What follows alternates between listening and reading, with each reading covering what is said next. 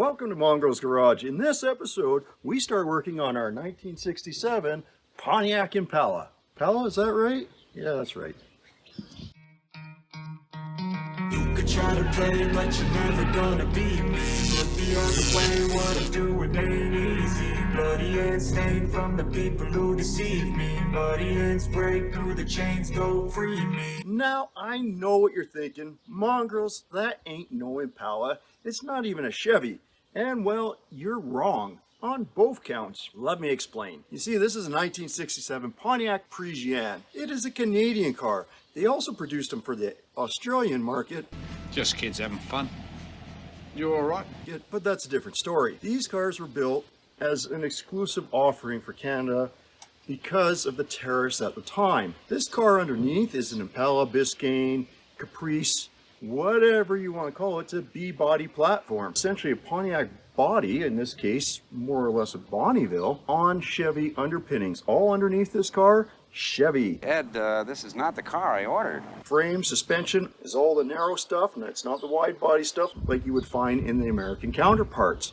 Came with a 283 and a Power Glide. You buy parts for this, you better be buying parts for a Chevy. That's how it fits. The Pontiac stuff doesn't. So you kind of got the best of both worlds, depending on how you look at it. I personally am a big fan of the Pontiac powertrains.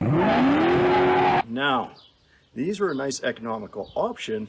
They were slightly more expensive than their Chevy counterparts, but they had the styling of the Pontiac, which a lot of people liked, and they weren't near as expensive as their American counterparts. And the parts for these were a lot cheaper, therefore the maintenance was much cheaper. So they were a very popular option up here. This is not the only car that fits into that category. There's a few others. Go check out the Pontiac Beaumont. Basically, it was built on a Chevelle chassis. Very cool car, one of my favorites, the 69 especially. All right, let's get into this thing, see what we can do with it. Today, well, we're gonna be getting to work on my son's car. This used to be my car, and before that it was my dad's car, and before that it was my grandfather's car. No way!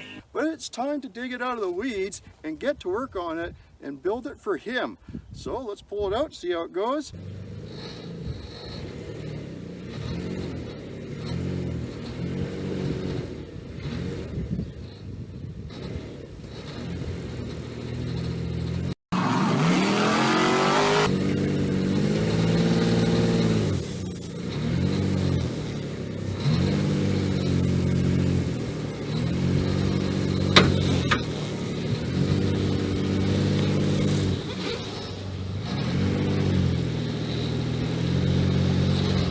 All the tires are flat. Let's get the air tank and get the tires filled up. Okay, pretty good. You did well pulling it out.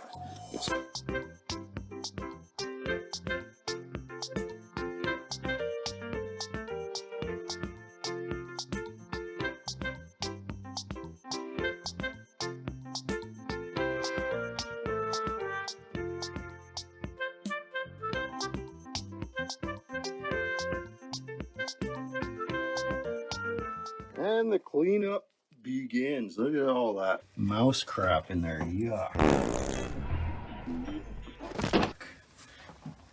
I'm almost dreading opening this though. I have a suspicion it's going to be bad. Oh. Oh no. I think there used to be an owner's manual in there, but yeah, it doesn't look like it's very good anymore. All right, let's get to cleaning this up. Okay folks, we got a bit of a dilemma. As you can see, this car's got some makeshift front suspension on it, and it's got some flat tires and the rear wheels are locked up, so it's not happy about coming off the trailer. Now what I would normally use to pull this off would be the truck right there, but obviously it's attached to the trailer and we need it to anchor the trailer while we try to pull this off of here. So that leaves us with one option since I sold off my other trucks: the Mouse Hotel. We're gonna see if we can get this thing fired up. Okay, as you can see, we get the doghouse off. We're gonna put some fuel down here, just a little bit like that. Oh yeah, that's fine. That shouldn't start a fire. And we're gonna hit the key, see what happens. Well, that's never a good sign. Well, we'll go play with the battery a bit. Round two, even worse. Well, let's see if this thing will even crank. Contact. Oh, nice. Got oil pressure coming up.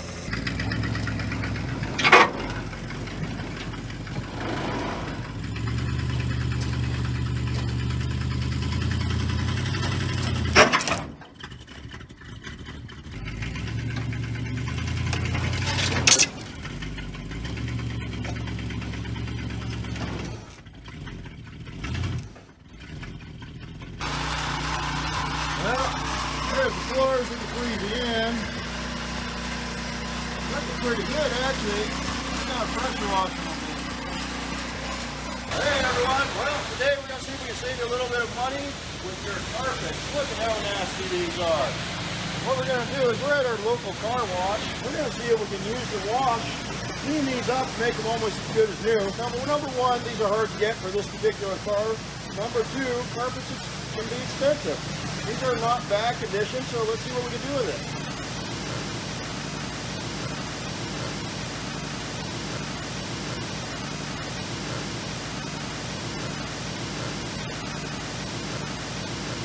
Okay, here you can see we've got our carpets washed. We vacuumed them again with the power head so that we get all the dirt out of them. And now we're going to hit it with some interior fabric paint. And you can paint this whatever color you want. We're just using the Duplicolor black here because, well, that's what Logan wants.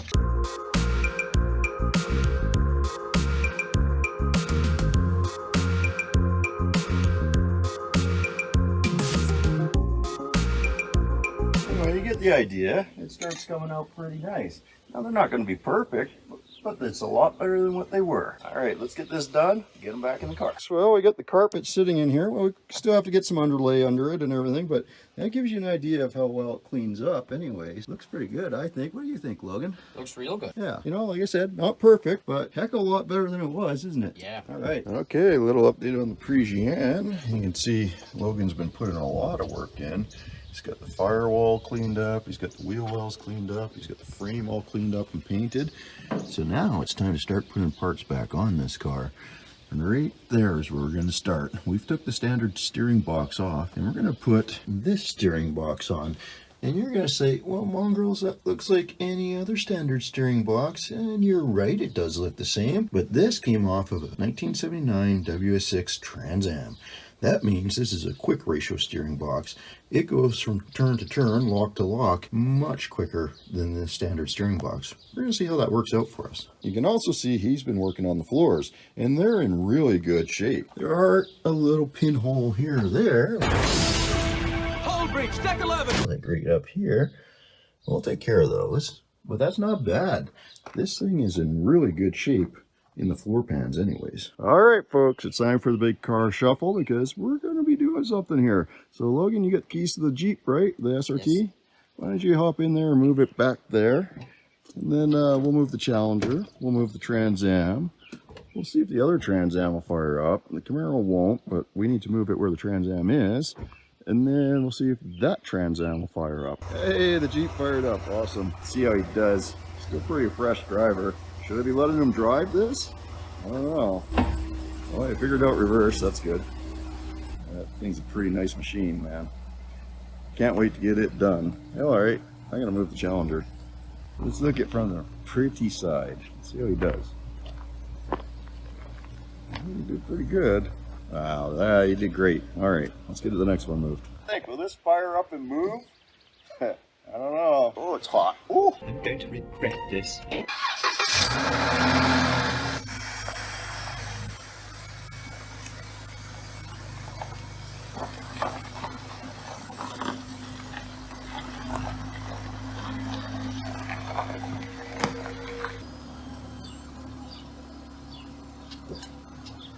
Hey, the air conditioning even works. Well, let's see if this old girl will light off and move on us. What do you think, Logan? I think I'll run. It's been a while. Yeah, play with that battery cable.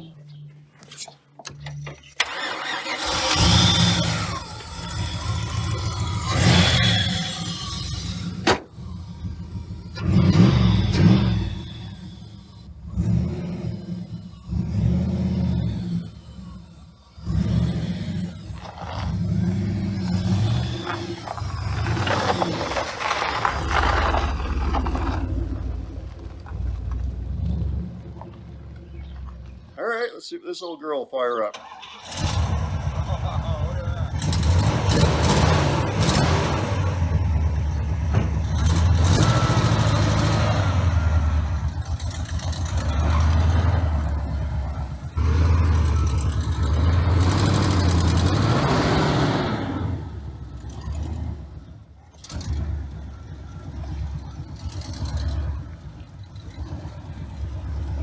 Hey, we're doing good. You might be asking what we're doing. Well, we're taking the engine out of the Camaro and we're putting it in the Pontiac. And we got something else in store for the Camaro later on, but let's take care of this Pontiac.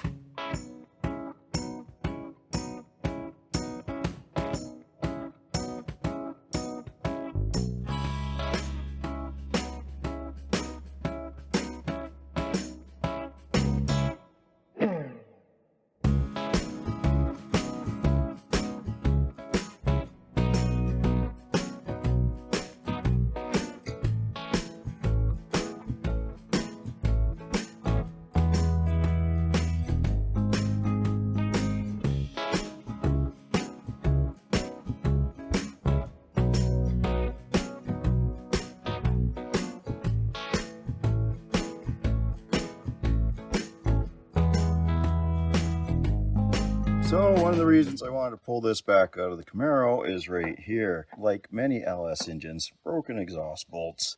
And there's many more on the other side, so I'm going to get to work on trying to get these out while Logan takes care of the engine mounts. Okay folks, let me tell you my little secret for doing these. You're all familiar with the punch and the hammer. Make your mark, center up your drill bit, that's fine. Here's the drill bits we're going to be using.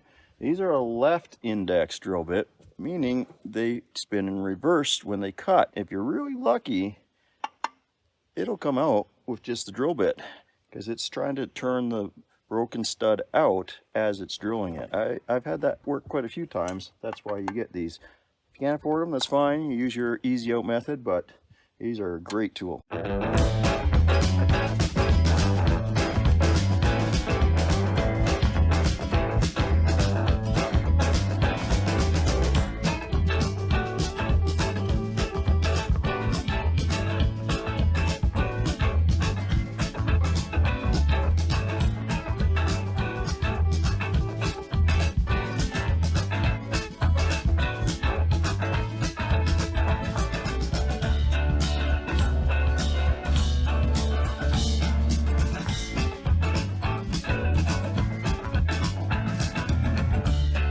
Obviously, we stayed up pretty late last night trying to get this in here, but let's take a look at some of the things that we're going to have to contest with.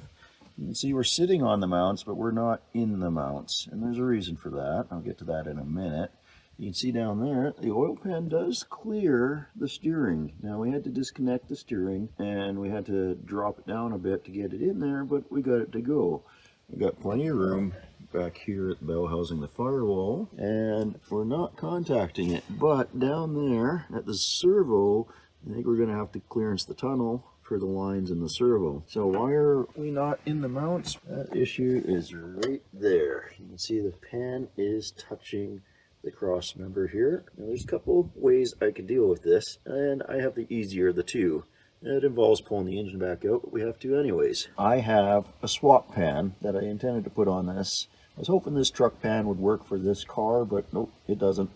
So we're going to put the swap pan on it. The other thing you do is you could section out that part of the frame, box it back in, make clearance for it. Well, there you go. We gave the trans tunnel a bit of a bashing. Gave some clearance for the servo there and the lines. Hopefully that'll be enough. We'll find out when we go to put it back in. And there's our transmission bashing from the inside. Doesn't look too bad.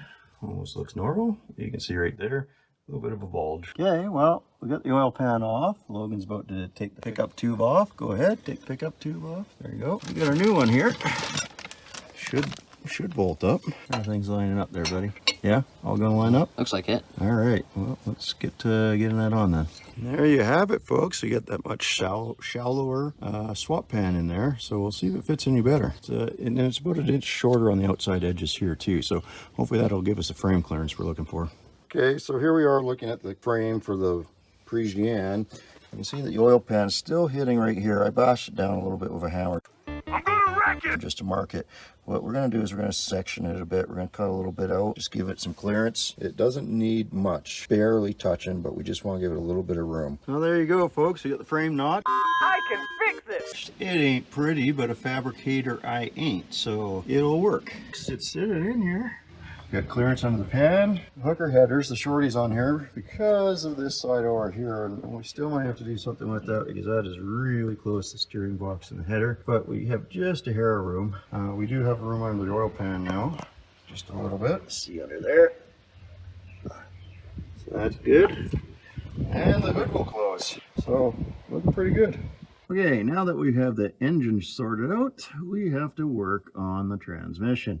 This big old cross member that goes across, but it no longer sits in the right spot. Here's the mounts for it right here. So I was thinking about taking these off and moving them, but then I got thinking, well, why not just make some new ones? So that's what we're going to do. And then we'll put those ones farther back and put this cross member up in place. We'll leave the originals installed. They're not going to be in the way of too much. Mount some new ones based off the original design, and then we should be good. How are we going to do that? Well, we've got Mike here, plus we're cutting out some of this old car ramp that's been, you can say, it's had better days, but the metal is the same thickness as what we need, so repurposing. Okay, there we go. There's our first attempt at making one of these. Show you how this goes. You can see the original right there. And this guy mounted up just like that.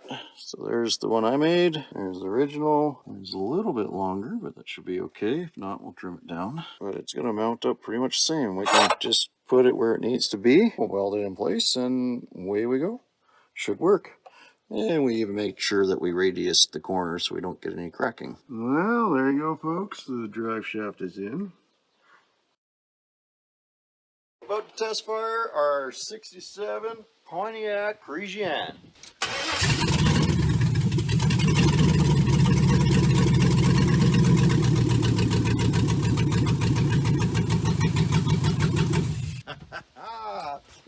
Well, we had a bit of a problem in which, I mean, we almost burnt the car up.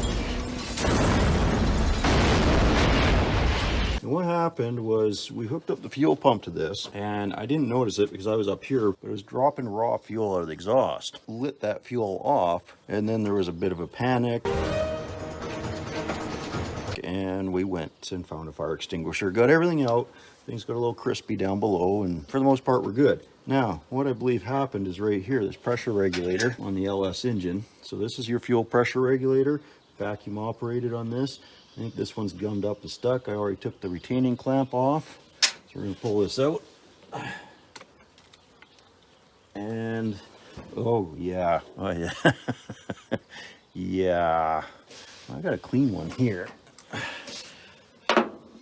So it should look a little more like that one.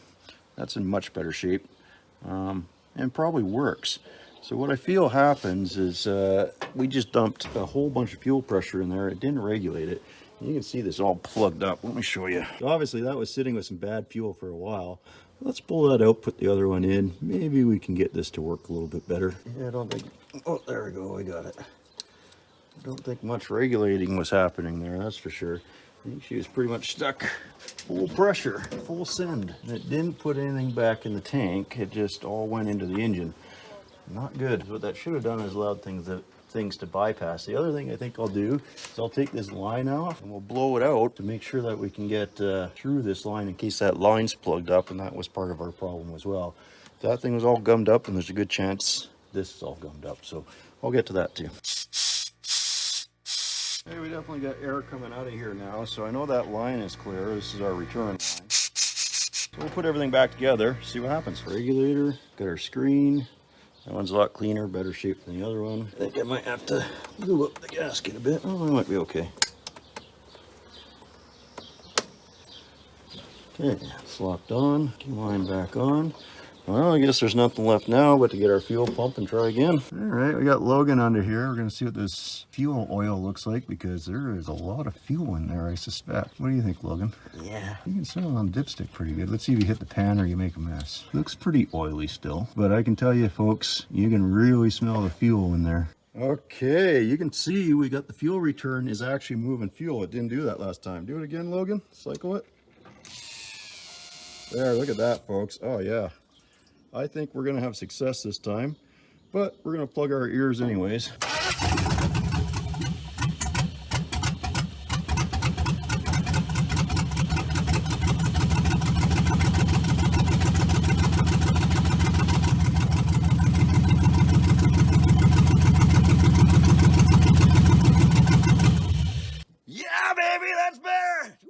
Okay, so obviously we got a fair bit done. We got all the big stuff done, but we got all the little stuff to do yet, and that's time consuming.